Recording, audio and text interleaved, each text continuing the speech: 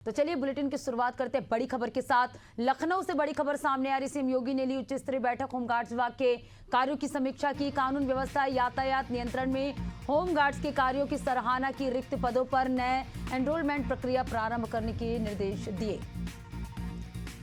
बड़ी खबर आपको बता रहे हैं, सीएम योगी आदित्यनाथ ने उच्च स्तरीय बैठक ली।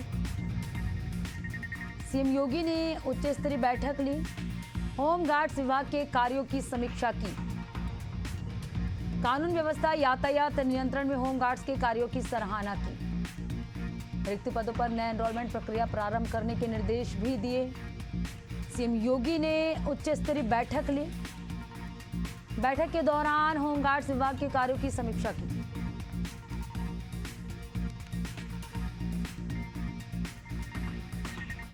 इधर लखनऊ से सूत्रों के हवाले से बड़ी खबर सामने आ रही। संभल हिंसा पर आई न्यायिक आयोग की रिपोर्ट हुई लीक। सीएम योगी को सौंपी गई रिपोर्ट लीक हुई है। सूत्रों के हवाले से ये जानकारी सामने आई है। अमेरिका से पाकिस्तान तक निकला कनेक्शन, ये सूत्रों के हवाले से जानकारी है।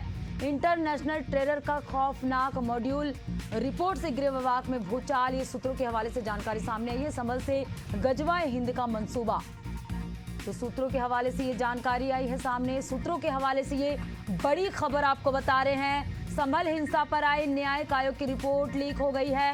सीएम योगी को सौंपी गई रिपोर्ट लीक हुई। सूत्रों के हवाले से ये जानकारी सामने आई है। तो इंटरनेशनल टेरर का खौफनाक मॉड्यूल, सूत्रों के हवाले से ये जानकारी मिली है। संभल से गजवाए हिंद का मंसूबा, ये सूत्रों के हवाले से जानकारी आई है। सूत्रों के हवाले से बड़ी खबर आपको बता रहे हैं। संभल हिंसा पर आई न्यायिक आयोग की रिपोर्ट लीक हो गई है। तो न्यायिक आयोग की रिपोर्ट लीक हो गई है। अमेरिका से पाकिस्तान तक निकला कनेक्शन, ये सूत्रों के हवाले से जानकारी मिली है।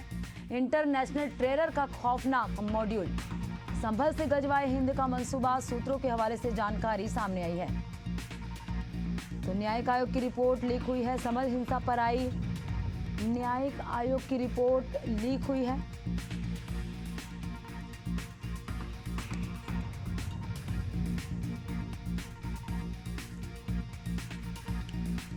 लखनऊ से ये बड़ी खबर आपको बता रहे हैं। सूत्रों के हवाले से मिली ये बड़ी खबर आपको बता रहे हैं। संभल हिंसा के हवाले से, संभल हिंसा मामले में न्यायिक आयोग की जो रिपोर्ट है वो लीक हो गई है। सूत्रों के हवाले से जानकारी मिली है। और चलिए इस पे ज्यादा जानकारी के साथ अभिषेक शर्मा हमारे साथ जुड़ चुके हैं। अभिषेक, न्यायिक आयोग की रिपोर्ट लीक हुई है, ऐसी सूत्रों के हवाले से जानकारी सामने आई है, आपसे जानेंगे पूरा मामला। देखिए, उत्तर प्रदेश में जो संभल जनपद है इस समय गृह विभाग के लिए बड़ी चुनौती वाला जनपद बन गया, क्योंकि गृह विभाग में लगातार मंथन का दौर जारी है। जिस तरह से मुख्यमंत्री योगी आदित्यनाथ को न्यायिक आयोग ने रिपोर्ट सौंपी और रिपोर्ट में जिन तथ्यों का जिक्र किया गया, जो रिपोर्ट लीक हुई है, जो सूत्रों से जानकारी मिल रही है, इस आधार पर देखिए संभल में अमेरिका और पाकिस्तान का प्रायोजित टेररिस्ट मॉड्यूल है, यानी आतंकी कनेक्शन है, वो साफ तौर पर निकला है। अमेरिका से लेकर पाकिस्तान तक आतंकी कनेक्शन निकला है। रिपोर्ट पर गृह विभाग में भूचाल है। इस समय उत्तर प्रदेश गृह विभाग लगातार मंथन कर रहा है। संभल से गजवाए हिंद की जो तैयारी है वो जा रही थी, क्योंकि संभल की डेमोग्राफी अचानक से बदली। जो कल रिपोर्ट की तथ्य सामने आए तो उसमें कहा गया था कि संभल की डेमोग्राफी बदल गई, वहाँ हिंदू बढ़ गए, हिंदू घट गए और मुसलमानों की संख्या बढ़ गई। इसके अलावा देखिए, कल की भगवान के आंगन में आतंकिस्तान तैयार किया जा रहा है संभल में, ऐसे रिपोर्ट में तथ्य सामने आए हैं। और अमेरिका से लेकर पाकिस्तान तक संभल के उसमें पूरी तरीके से वहां पर साक्ष्य मिले हैं, ऐसा बताया जा रहा है। जो रिपोर्ट लीक हुई है उसमें कहा गया कि इंटरनेशनल आतंकी जो मॉड्यूल है उसका भी खुलासा हुआ है, जिसके बाद यूपी में बड़ी हलचल है। गृह विभाग लगातार इस पर फोकस कर रहा है, मंथन का दौर जारी है। संभल को किस तरह से सुरक्षित रखा जाए, किस तरह से डेमोग्राफिक चेंज जो पूरी तरीके से हो चुका है उस पर कंट्रोल किया जाए, किस तरह से जो आतंकी मॉड्यूल तैयार हो रहे हैं उसको रोका जाए, और गजवाए हिंद का जो प्रयोगशाला बनता जा रहा है संभल को कैसे सुरक्षित किया जाए, इसको लेकर यूपी सरकार पूरी तरीके से गंभीर है। गृह विभाग बैठक कर रहा है और कई बड़े खुलासे हो रहे हैं। देखिए, कल जब सीएम को 400 पन्ने की ये रिपोर्ट सौंपी गई, उसके बाद ये रिपोर्ट लीक हुई और तब से लेकर आज तक कई गंभीर खुलासे, कई बड़े खुलासे हुए हैं, जिसके बाद अब सवालिया निशान खड़े हो रहे हैं कि संभल की हालात के जिम्मेदार कौन है? देखिए 24 नवंबर 2024 को कल्कि मंदिर का दावा करने वाले पक्ष की याचिका पर जो सर्वे हुआ था मस्जिद का, शाही मस्जिद का, उस दौरान हिंसा हुई थी। सीएम ने न्यायिक आयोग का गठन किया था और 1947 के 2019 तक सिलसिलेवार 15 दंगों में हिंदुओं का किस तरह से बड़ा नुकसान हुआ, इस पर एक व्यापक रिपोर्ट दी गई है। तमाम हिंदुओं पर रिपोर्ट दी गई है और उसी रिपोर्ट से अब ये जानकारियां सामने आ रही हैं। जब कहा जा रहा है बिल्कुल अभिषेक, जैसे लीक होने की जैसे खबर सामने आई है सूत्रों के हवाले से, उसके बाद सरकार और विपक्ष की क्या प्रतिक्रिया सामने आ रही है?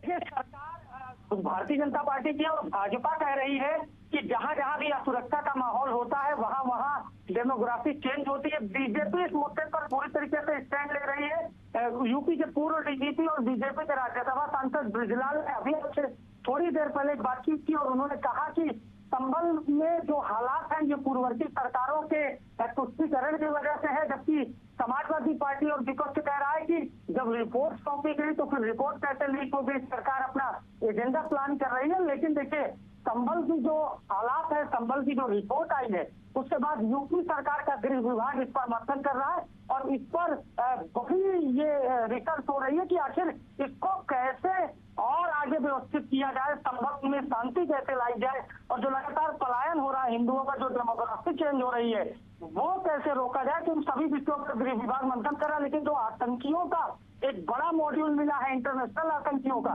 उस पर कहीं ना कहीं अब गृह विभाग की चिंता बढ़ गई है और इन सभी विषयों पर यूपी में मंथन का दौर जारी है। आयोग ने क्या सुझाव दिए हैं अभिषेक, ये समझेंगे आपसे?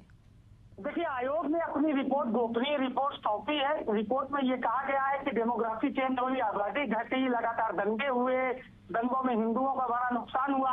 ये जानकारियां सूत्रों से, देखिए आयोग के सदस्यों ने मीडिया से कोई चर्चा नहीं की है रिपोर्ट साझा की सीएम को, लेकिन रिपोर्ट लीक हुई है। ये एक बड़ी जानकारी है। रिपोर्ट लीक हुई और रिपोर्ट लीक होने के बाद सूत्रों से जो जानकारी सामने आ रही है उसमें आयोग ने व्यापक रूप से बताया है कि ये जो पूरी तरीके से ये घटनाक्रम है, ये अभी तक कितने दंगे हुए, कितना नुकसान हुआ, हिंदुओं का कितना पलायन हुआ और कैसे असुरक्षा का माहौल है, आतंकी मॉड्यूल किस तरह से तैयार हो रहे हैं। क्योंकि देखिए जब नवंबर के महीने में दंगा हुआ था पिछले वर्ष, तो पाकिस्तान से निर्मित कारतूस मिले थे, तो कहीं ना कहीं पाकिस्तान का जो कनेक्शन है, तो अमेरिका में बैठे जो कई ऐसे आतंकी हैं जो दुबई से ऑपरेट करते हैं, इन सभी के साक्ष्य मिल रहे हैं और न्यायिक आयोग की रिपोर्ट जब लीक हुई है इसके बाद तमाम सारे सवाल खड़े हो रहे हैं और सवाल सबसे बड़ा ये है कि आखिर अब यूपी सरकार का क्या एक्शन होगा। लेकिन फिलहाल सरकार संभल को लेकर विशेष रणनीति बना रही। बिल्कुल अभिषेक, आगे देखने वाली बात होगी कि इस पर क्या एक्शन लिया जाएगा। फिलहाल ये एक बड़ी लापरवाही का मामला सामने आया है। कहीं ना कहीं सूत्रों के हवाले से ये जानकारी आई है कि जो संभल हिंसा पर न्यायिक आयोग की जो रिपोर्ट थी वो कहीं ना कहीं लीक हुई है। शुक्रिया अभिषेक तमाम जानकारी हमसे जुड़ने के लिए। सीएम योगी को सौंपी गई रिपोर्ट लीक हुई है, ऐसे सूत्रों के हवाले से जानकारी सामने है। अमेरिका से पाकिस्तान तक इसका कनेक्शन निकला है।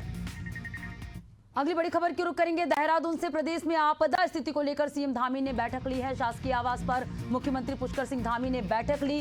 रुद्रप्रयाग और चमोली जिले में बादल फटने को लेकर इस बैठक के दौरान निर्देश दिए। घटना के बाद राहत और बचाव कार्यों में तेजी लाने के निर्देश दिए हैं। आपदा में हुए नुकसान का जल्द आकलन करे, सीएम धामी ने ये निर्देश जारी किए हैं। तो निर्देश दिए हैं सीएम धामी ने।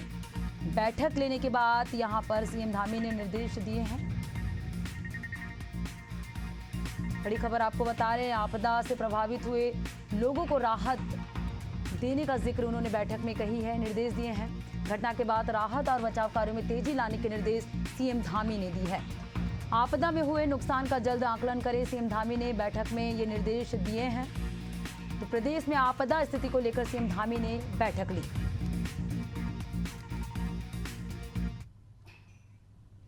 अगली बड़ी खबर की रुख करेंगे। सीएम संतुष्टि सर्वे 2025 में छत्तीसगढ़ के मुख्यमंत्री विष्णुदेव साय ने बड़ी छलांग लगाई है। फरवरी 2025 में जहां उनके कामकाज से 39% लोग संतुष्ट थे, वही अगस्त 2025 में ये आंकड़ा बढ़कर 41.9% हो गया है।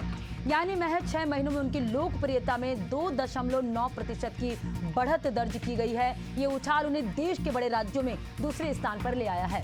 सर्वे के मुताबिक असम के मुख्यमंत्री हिमंत बिस्वा शर्मा 44.6% संतुष्टि दर के साथ पहले स्थान पर है। उनके बाद छत्तीसगढ़ के सीएम विष्णुदेव साय 41.9% के साथ दूसरे पायदान पर है। सीएम साय की बड़ी छलांग है। सीएम विष्णुदेव साय की लोकप्रियता बढ़ गई है। 39% से बढ़कर 41.9% सीएम साय की लोकप्रियता हुई। 2.9% बढ़कर दूसरे पायदान में सीएम पहुंच चुके हैं। तो सीएम साय ने बड़ी छलांग लगाई है। सीएम विष्णुदेव साय की लोकप्रियता बढ़ गई है। तो छत्तीसगढ़ के सीएम विष्णुदेव साय 41.9% के साथ दूसरे पायदान पर हैं।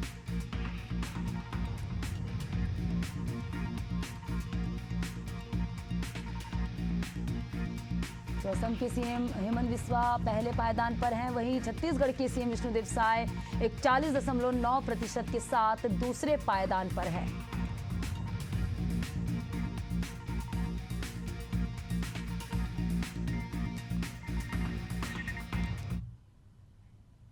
अगली बड़ी खबर की रुख करेंगे लखनऊ से। UP deputy CM Keshav Prasad Maurya का पोस्ट। सोनिया, राहुल, प्रियंका अहंकार से लबालब।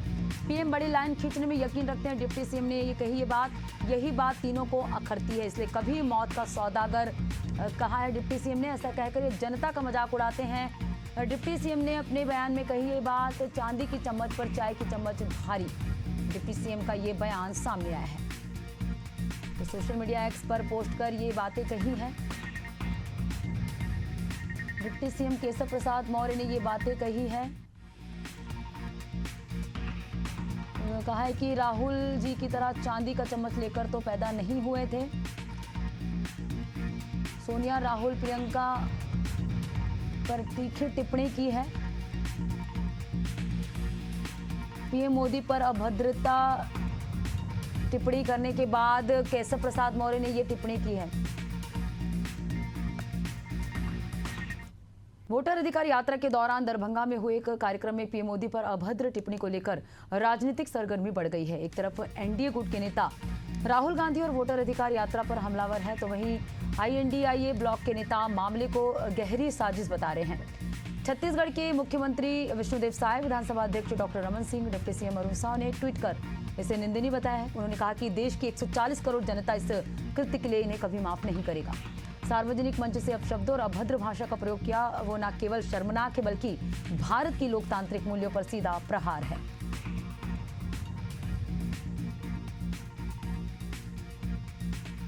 तो वोटर अधिकार यात्रा में पीएम पर अभद्र टिप्पणी की गई। टिप्पणी को लेकर बिहार के अंदर कांग्रेस और आरजेडी के राजनीतिक मंच में जिस तरह से कांग्रेस और आरजेडी के लोगों के द्वारा हमारे देश के यशस्वी प्रधानमंत्री श्री नरेंद्र मोदी जी के विषय में अभद्र भाषा का इस्तेमाल किया गया, ये कांग्रेस और आरजेडी की ओछी राजनीति को दर्शाता है। और कांग्रेस की हमेशा से संस्कृति रही है ओबीसी और आदिवासियों का अपमान करने का। उसको फिर से एक बार कांग्रेस और आरजेडी ने चरितार्थ किया है।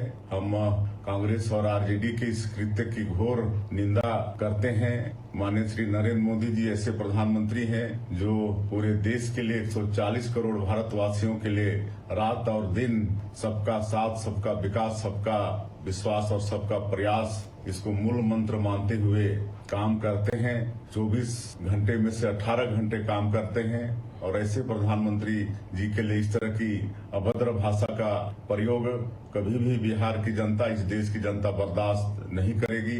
कांग्रेस और आरजेडी को आने वाले विधानसभा के चुनाव में बिहार की जनता अवश्य सबक सिखाएगी।